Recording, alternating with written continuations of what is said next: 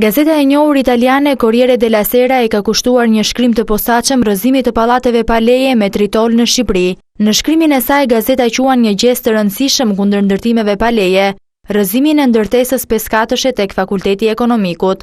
Gazeta ja vë fajin e këtyre ndërtimeve pa leje, fillimisht komunizmit i cili sekuestroi tokat e shqiptarëve dhe më pas pronarëve që i rimorën tokat e tyre me hyrje në demokraci.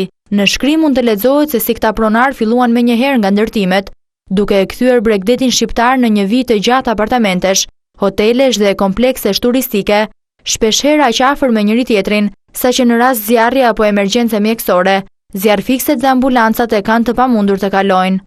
Por kjo çështje është bërë së fundmi edhe politike, ku sipas Corriere della Serës, nuk mund të ngelej pa përmendur pallati i vjerrit të kryebashkiakut të Tiranës Lulzim Basha.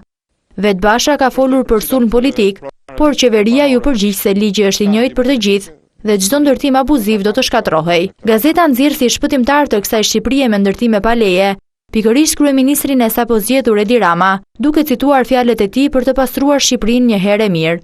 Në shkrim gjithashtu përmenden prishjet e ndërtimeve pa leje në Durrës, si dhe pallati 7 katësh i rrëzuar me 285 kg eksploziv C4 në Vlorë, i ilustruar në mes të artikullit me kronikën e transmetuar në A1 Report për këtë lajm.